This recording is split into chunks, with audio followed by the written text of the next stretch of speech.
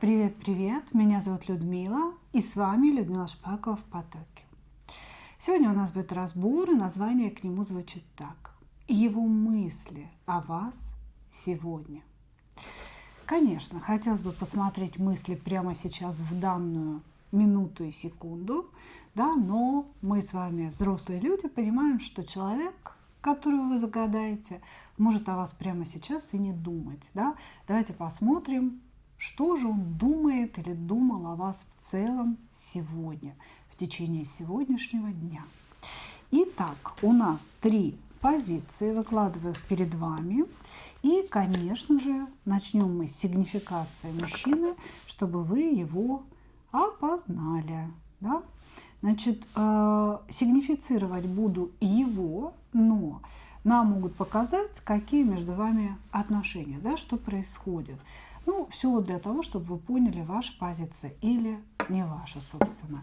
И, конечно же, после этого мы сразу начнем смотреть мысли человека у вас.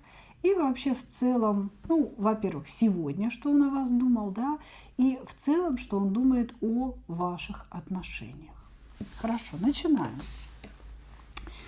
Кто таков, кто к нам пришел? Это разведенный человек пришел. Разведенный человек, который пошел в разнос какой-то.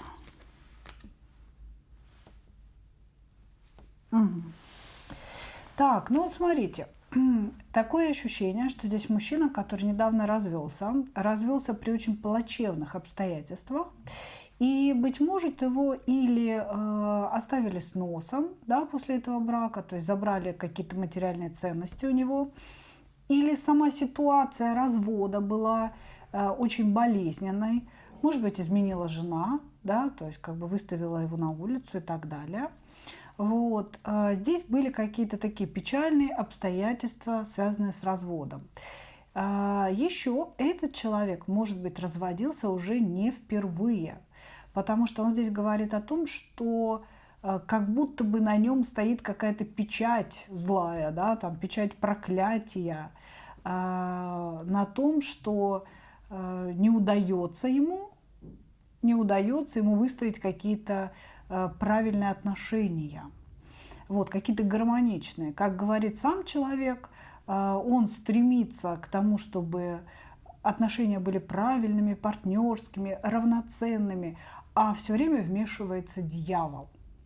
Ну, из этого можно такой гипотетический вывод сделать о том, что он развелся уже не первый раз. Не первый раз. И везде он себя оправдывает, он говорит о том, что он вел себя правильно, а неправильно себя вела, конечно же, жена. Вот. Значит, что о нем еще говорят? Что сейчас, вот пережив развод, расставание, да, он пустился во все тяжкие. И человек, такое ощущение, хочет перепробовать все, что движется. Да, как бы у него есть такое желание отомстить всем женщинам мира и, значит, со всеми ими переспать. Нет внутреннего состояния гармонии, то есть он все время о чем-то беспокоится, он все время думает о том, что все плохо в его жизни, у него такой повышенный уровень тревожности, вот, и по сути он не знает, что ему делать. Вот он оказался сейчас в таком положении, что он не знает, что ему делать. Ему хочется куда-то уехать, чтобы глаза не видели людей, связанных с предыдущей жизнью. Может быть, уйти с работы. Может быть, он и ушел уже с работы. Здесь вот такое ощущение, знаете, сидит человек и очень хотел бы начать какую-то новую жизнь, но сейчас у него этап, ну, как бы, как сказать, до осознавания прежних ситуаций и прежней жизни. Ну и, конечно, у него сейчас все бабы сволочи, все бабы стервы, надо всем отомстить, надо всех трахнуть и бросить, да, чтобы вот все они чувствовали себя так же плохо, как чувствую себя я. Вот, так, хорошо. пространство между вами здесь показывает, что вы можете быть достаточно благополучно замужем. То есть кубковая королева в десятке пентаклей. Вот он, ваш пентаклевый король. Да, то есть, по сути, между вами могут быть отношения по переписке. Да, или, допустим, вы где-то познакомились с этим мужчиной, и что-то закрутилось такое непонятное. Я не вижу, чтобы это было что-то реальное. Здесь по звезде, скорее всего, вы общаетесь на расстоянии. Это всегда переписки, созвоны и так далее. Ну, то есть это сеть интернет, возможно. Вот. А здесь я не вижу каких-то реальных событий, да, реальных взаимодействий между вами. Ощущение, вот вы ему кинули сообщение, он вам кинул. Единственное, что он знает, возможно, что вы замужем, да, и что вот, ну, вот как-то так все происходит. Да. Может быть, вы и не ищете себе новых отношений, просто так произошло. Вот связались с этим мужчиной. Ну окей, хорошо. Давайте посмотрим его мысли о вас сегодня.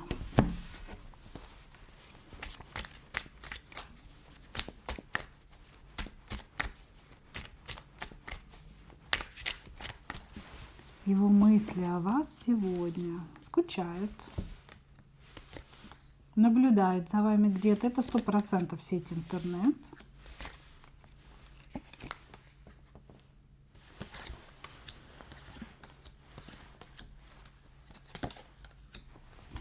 Так, ну здесь, смотрите, какие мысли. Здесь почему-то человек не может явно проявиться.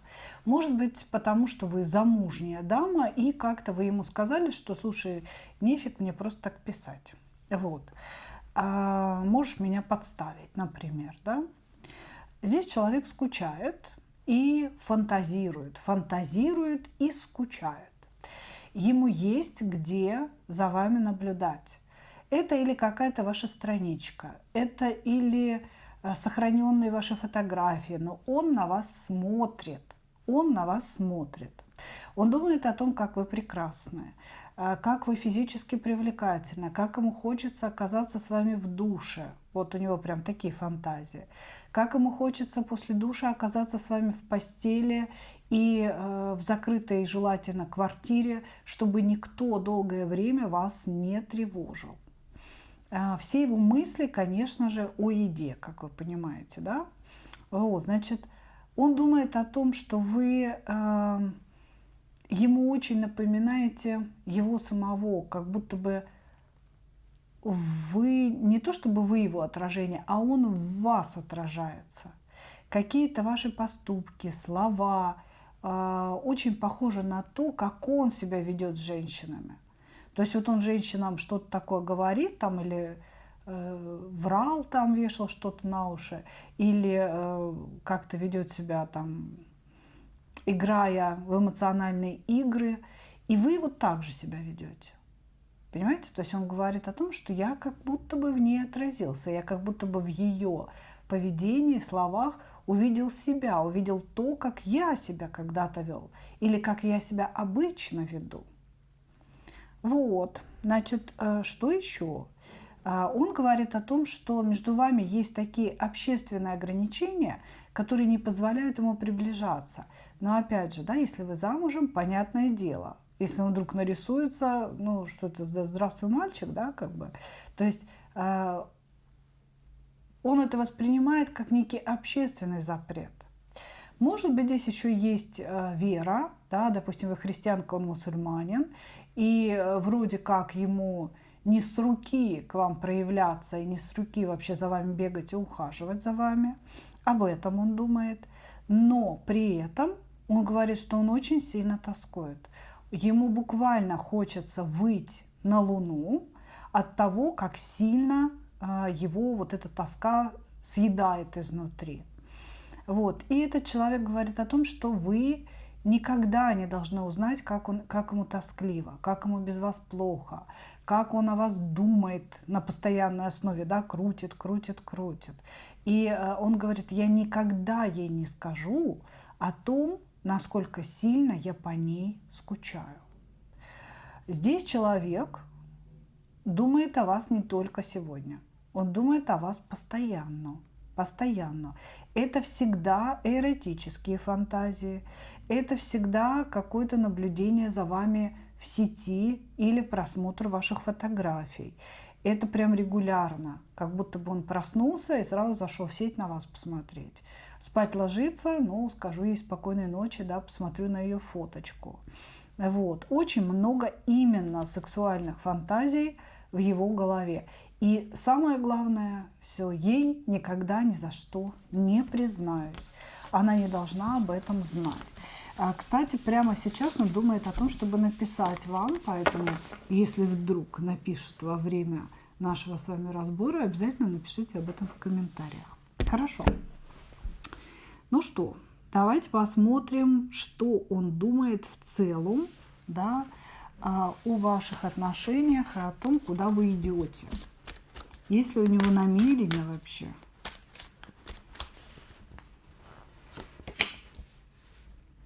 Угу.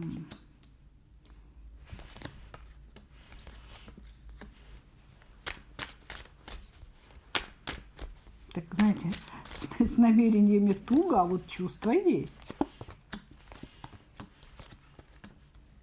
Угу. Человек понимает, что между вами невозможны отношения. Он говорит о том, что есть множество обстоятельств на самом деле, которые говорят, что нет. Расстояние, там, семья ваша, может быть, финансовое положение. Но он говорит, что мое намерение любить ее, я ее люблю. Здесь есть чувство на самом деле. Чувство такого, знаете, маленького мальчика к женщине, которая является олицетворением образа матери. Потому что вы идете все-таки в образе императрицы для него. Он говорит, вот она та самая, вот она великолепная. Вот если бы у нас с ней было что-то, если бы она была моей императрицей, я бы был настоящим императором, но я нахожусь в паже мечей, то есть такая низкая позиция. Мужчина на самом деле такой достаточно злой, он подленький. Если будет знать о вас какую-то такую искреннюю информацию, да, очень тайную, да, которую вы скрываете, он ее может когда-то обнародовать. То есть это такой человек. Он знает это о себе, он знает о своей мелкости, он знает о своей мелочности и жадности. Вот. Но ему кажется, что вот если бы вы были рядом с ним, если бы вот такая, как вы, а лучше вы сами, были рядом с ним, то он бы вырос вот прям в настоящего мужчину. Она бы меня вырастила, говорит он. Здесь все идет в таком, знаете, гипотетическом наклонении, я бы сказала. То есть если бы, да кабы, во рту выросли грибы. На самом же деле у него нет конкретных намерений. Как он говорит, все это невозможно, и смысл мне там, скажем, что-то планировать. Все это невозможно. Я буду ее просто любить своей кубковой любовью. То есть ваш роман на расстоянии, он продолжится.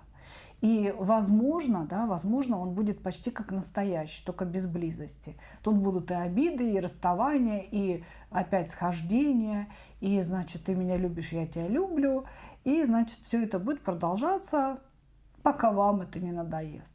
Понимаете? Потому что, на самом деле вы в более сильной позиции, чем этот мужчина находитесь.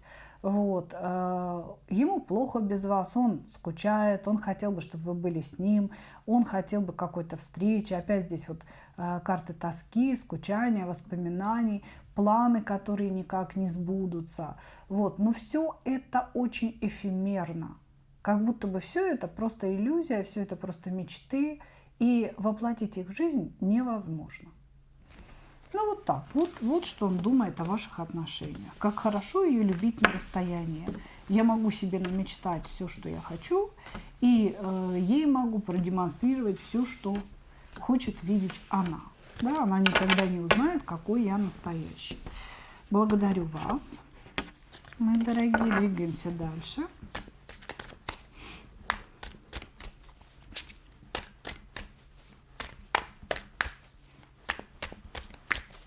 Двоечки, двоечки, двоечки. Кто к нам пришел? К нам пришел человек, зацикленный на каких-то таких, знаете, скажу, на своих сексуальных потребностях. И он это еще оправдывает как-то. Окей, сейчас я скажу, что я имею в виду. Значит, смотрите, он женат, и у него такая достаточно яркая, давлеющая жена. Жена, которая, возможно, сделала лучшую карьеру, чем он. Возможно, у нее просто сильный характер. Может быть, она из более такой обеспеченной семьи, они его куда-то пристроили, такое часто бывает, вот. И как будто бы он всю жизнь этой жене обязан. То есть она для него как колесо фортуны. Когда она появилась, раз, все двери открылись и понеслась. Вот, значит, здесь мужчина мстит своей жене, находя все новые и новые сексуальные связи. Значит, он на самом деле одержим сексуальными отношениями. Он перепробовал уже много всего разного секса. И каждый раз, когда он попадает в постель к новой женщине, ну или не в постель, да, он как будто бы мысленно мстит своей жене, что вот получай, фашист, гранату, да, получай, вот как я делаю. Вот, значит, при этом все эти отношения, они его не наполняют. Он все время ищет, ему кажется, что он ищет какую-то любовь, которая наполнит, сделает его счастливым, сделает его значимым в своих собственных глазах. Потому что он чувствует себя очень маленьким. Он все время должен быть благодарен своей жене. Он все время должен быть благодарен ее там родственникам. И это его ужасно добивает. Понимаете? То есть здесь сексуальные похождения – это как акт мести за то, что я чувствую себя ничтожеством, за то, что я чувствую себя маленьким, за то, что ты для меня сделала и посмела еще мне об этом сказать. Да, вот если бы ты сделала и при этом кланялась мне и величала меня императором своим, да, может быть, я бы этого не делал. Вот. Но так как жена всячески ему указывает его место, ему от этого неприятно, и, как он считает, он как бы это ходит на сторону залечивать свои раны. Вот, значит, между вами какая-то очень болезненная привязанность, выбор без выбора, так называемый. То есть вы иногда общаетесь с человеком, иногда уходите там в какую-то молчанку. Такое ощущение, что здесь идут длительные разрывы отношений. То есть молчали 2 года, хренак, опять начали общаться, опять люблю, не могу. Вот. Здесь какая-то очень болезненная зависимость, и в ваших отношениях постоянно происходит смена ролей. То мужчина считает вас звездочкой, звездой, боготворит вас, то он, значит, встает в позицию какого-то игнора и холода, и вы начинаете просить его о милости, внимания к вам. То есть здесь постоянная какая-то смена. То он за вами, то вы за ним. И наоборот. Хорошо. Давайте посмотрим, что он думал о вас сегодня. Что он думал о вас сегодня.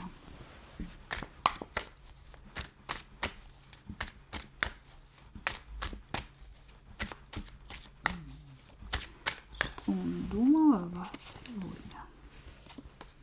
Красотка думала. Ох, как жезл-то горит. Боже ты мой, Боже мой. Похоже, я ею одержим.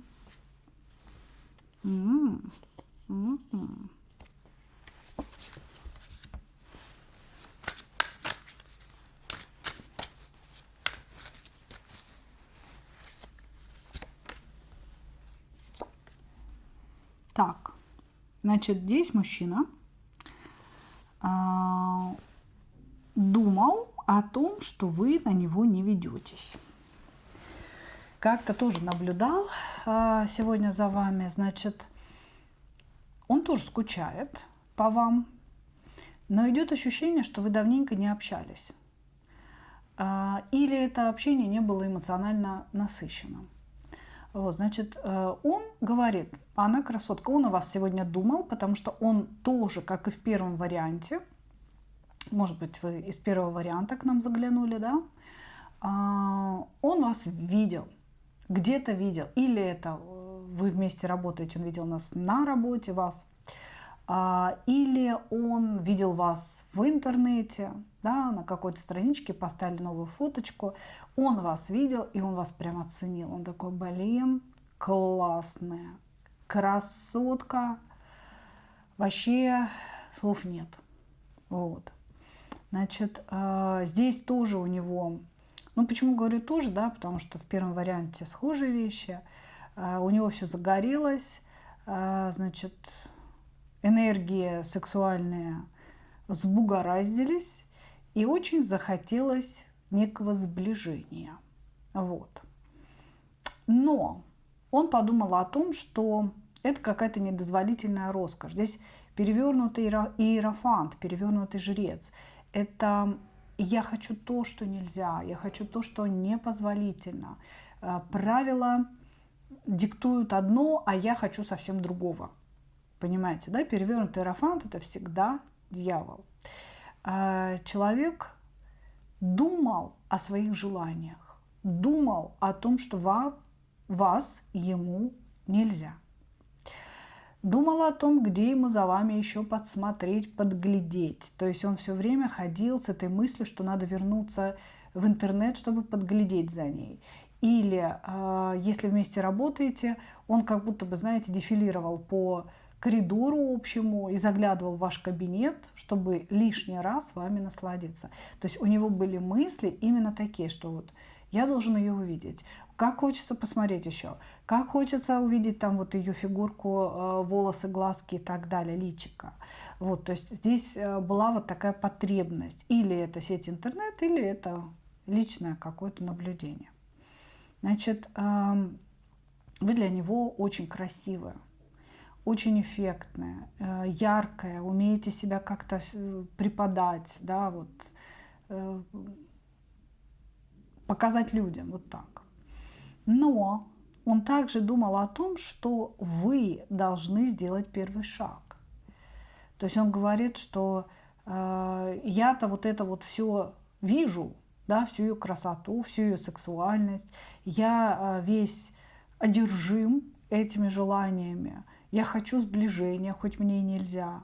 Но для того, чтобы это сближение было, она должна сделать первый шаг ко мне. Она должна как-то проявить внимание. Вот какие мысли были у этого человека. Хорошо, давайте посмотрим, что он вообще думает о ваших отношениях, да, и каковы его истинные намерения. Ёлки-моталки. Ой, напишите. У нас что-то все мужчины попросыпались, да, или напишут, или проявятся как-то, если это коллега по работе. Какое-то проявление здесь будет.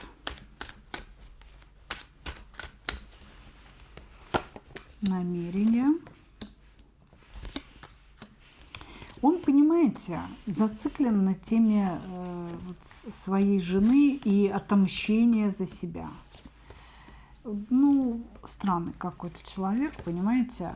Он вообще не рассматривает женщин, других, кроме своей жены, как женщин, которых он может, например, любить. Да, или там, ну, женщину, которую вот он нашел, и из искры разгорелось пламя. Нет. А он опять думает о вас в том числе, с позиции того, ах, как я рубану свою жену по ее эго. Ах, как вот если это будет моей, да, вот если это в меня влюбится, мы с ней будем встречаться, что куда все это будет происходить, да, ох, как я свою жену накажу, даже если она ничего об этом не знает. Вот, то здесь опять все с этой позиции, понимаете? То есть здесь нет намерений конкретно к вам. Здесь есть намерение опять унизить свою жену, показать ей ее место и доказать самому себе свою значимость и вот что-то там, самость свою, понимаете? По сути, он говорит о том, что он очень разочарованный жизнью человек, который не видит ничего хорошего ни в завтрашнем дне, ни в предыдущем дне. И ему требуются какие-то усилия, какие-то такие, знаете, может быть, романы, события, для того, чтобы верить в то, что он не зря живет. Понимаете, ему неинтересно жить, грубо говоря. И вот эта тема мстить своей жене за то, что ему неинтересно жить, она у него очень актуальна всегда. Каждая следующая женщина – это доказательство жене, что зря ты меня обидела, зря ты меня унизила, зря ты мне сказала картошку копать, когда я хотел просто полежать, покурить на шезлонге, да, там возле бассейна. Ну, на даче, например, да. Вот, значит, из его конкретных намерений в вашу сторону, Солнце и Рыцарь жезлов, это разговор о сексуальном взаимодействии, где мне будет кайфово, где я буду получать удовольствие, где я буду вот просто на высоте, и все удовольствия мира станут мне доступны в это мгновение.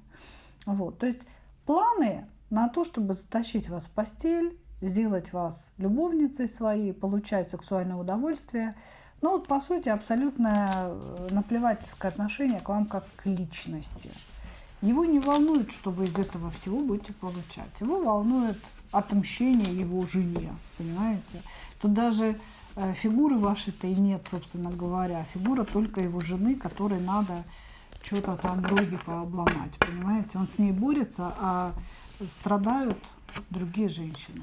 Благодарю вас. Двигаемся дальше.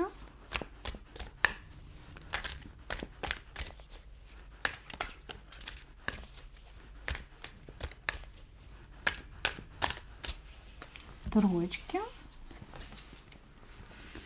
Кто к нам пришел? Пришел драчун с ветряными мельницами. Человек, который считает, что весь мир настроен против него, и обязательно нужно с этим миром бороться, доказывать свою правоту. Он очень обеспокоен своей будущностью, потому что ему хочется жить хорошо, богато, вкусно кушать, быть настоящим императором, а на самом деле он какой-то не настоящий император, и ничего он в принципе не достиг. Вы знаете, здесь вот человек, который первое живет в каких-то черновиках, да, пишет какой-то черновик своей жизни, ему все время кажется, что каждое следующее отношение, вот это будет лучше, да, каждый следующий дом будет более уютным, каждая следующая работа будет круче с финансовой точки зрения и с точки зрения реализации, чем предыдущая. Он все время обесценивает то, что уже произошло или происходит, и все время думает о каком-то будущем. Понимаете? Будущее, будущее. То есть он полностью зациклен на будущем. Ему кажется, что у него есть какой-то суперталант. Может быть, он считает себя великим экстрасенсом, может быть, певцом, может быть, гитаристом. Да? Но этот талант почему-то вообще ни хрена миру не нужен. Он говорит, я-то гений. Я гений вообще в своей стезе какой-то там, что-то там у него в голове, да. Не обязательно это профессиональная история. Но мир меня не видит, мир меня не знает. Вот. И так получается, что я ничего в этой жизни не достиг. Как-то так. А знаете, почему он не достиг? А потому что он ничего не делает для того, чтобы достигать. Ему только кажется, что он что-то делает, но его поступки, они не продиктованы разумом. Это хаотичные действия, которые не ведут к какому-то конкретному такому рациональному результату. По сути, человек здесь хочет, чтобы окружающие люди, и женщины в том числе, называли его императором, видели в нем очень крутого мужика, сильного, мощного, богатого, но при этом, чтобы вот этот статус императора плюс десятка пентаклей, да, то есть богатство какое-то, упали на него буквально с небес. Понимаете? То есть вот случай. Это идет человек по улице и находит выигрышный лотерейный билет. И оказывается случайно, что выиграл он целый миллиард. И вот вмиг из пажа человек превращается, как говорится, да, в элегантные шорты. Вот. Здесь как-то так. И этот человек вообще на самом деле ищет более такую респектабельную женщину, у которой уже все есть, и которой нужен просто такой, знаете, прихлебатель, который будет сексуально ее удовлетворять, который его будет обеспечивать. То есть у него есть такая линия, да, что он должен обязательно найти более самодостаточную женщину, к ней как-то так прилепиться, прикрепиться, чтобы она его обеспечивала. Но при этом, не дай бог, она ему об этом скажет, что я тебя обеспечиваю, что я тебя сделала там, и так далее. Не-не-не-не-не. Здесь она должна быть сама бабой с яйцами, то бишь императором, да, выходя на улицу в свой бизнес, а домой, когда пришла, приткнулась и кубковая королевишна. Да, ты мой сладенький, ты мой герой, король мой, император и практически бог. В ноги тебе кланяюсь просто за то, что ты есть. Его мысли о вас сегодня. Ну, тоже здесь какая-то переписка, хочет написать, хочет вам рассказать о своих фантазиях.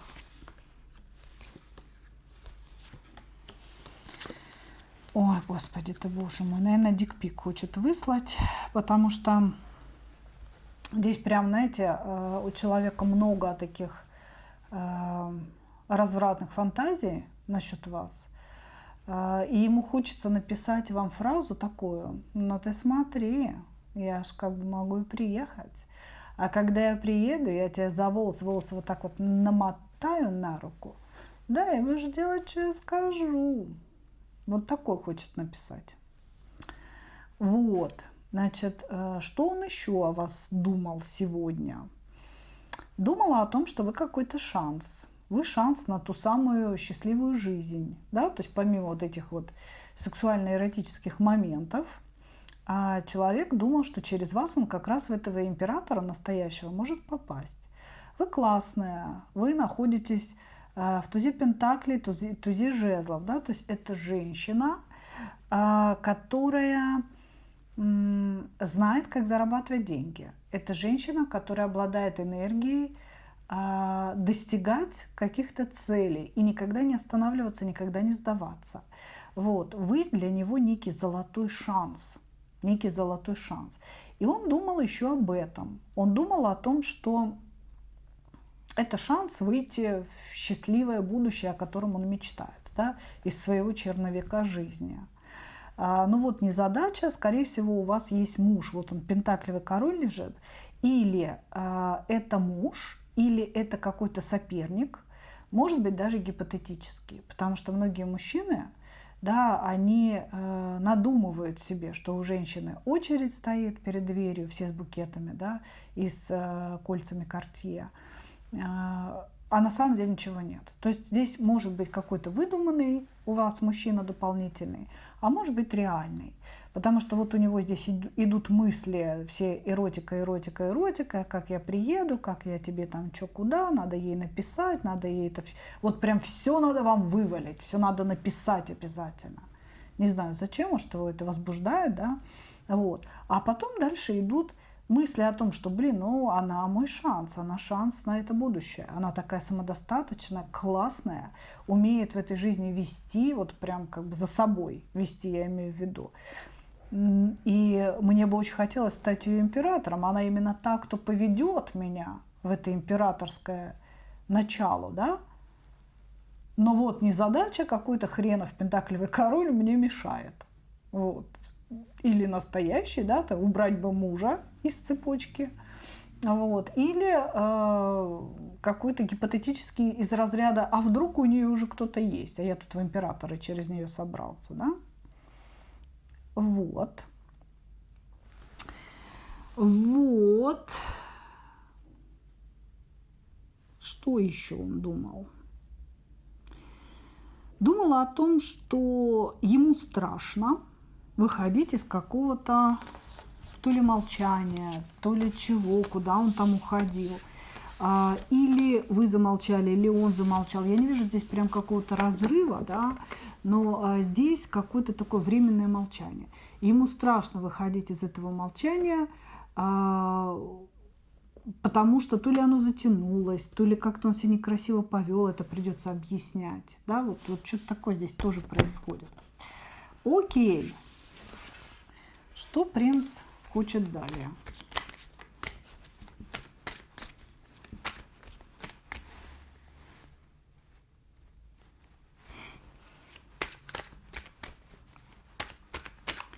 Что наш принц хочет далее?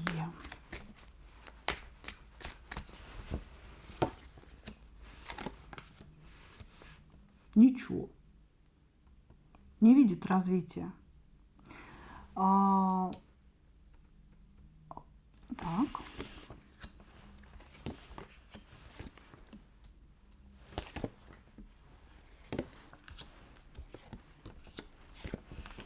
Нет. Он, понимаете, у него нет намерений в вашу сторону, потому что он понимает безосновательность своих потуг. У него есть только мечты. То есть он мечтает, что было бы классно, было бы хорошо, если бы она что-то для меня сделала, какой-то шанс для меня реализовала, вытащила бы меня из повешенного, сделала бы из меня человека.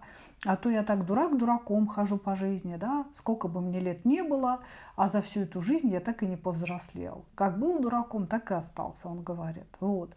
Не понимает он, куда ему идти, что ему делать. По сути, когда я задаю вопрос о намерениях, да, что ты думаешь дальше вообще, вот уж, что ты хочешь? К чему это все, да, собственно говоря. Он говорит, да ни к чему. Я не вижу возможности реализовать то, что я хотел бы, да, реализовать свои мечты. И эти мечты останутся лишь мечтами. Здесь, знаете, все можно так вот рассудить, с такой позиции. А в этой жизни я ничтожество, в этой жизни у меня ни хера не вышло, я ничего не заработал, ничего я себе не представляю, а она классная, да? Поэтому сейчас я ничего не хочу, как бы оставлю все дело до смерти и перерождения. А увидимся в следующей жизни, вот там-то я дам, вот там-то я ей покажу что-нибудь, да, там, не знаю, жезл там или что он там собрался показать. Вот, но смысл вот здесь такой. Намерений на какое-то развитие отношений у человека нет. Намерений меняться, намерений зарабатывать ради вас, намерений бороться за вас нет у него. Нет. Мечты, фантазии, гипотетика, иллюзии. Вот.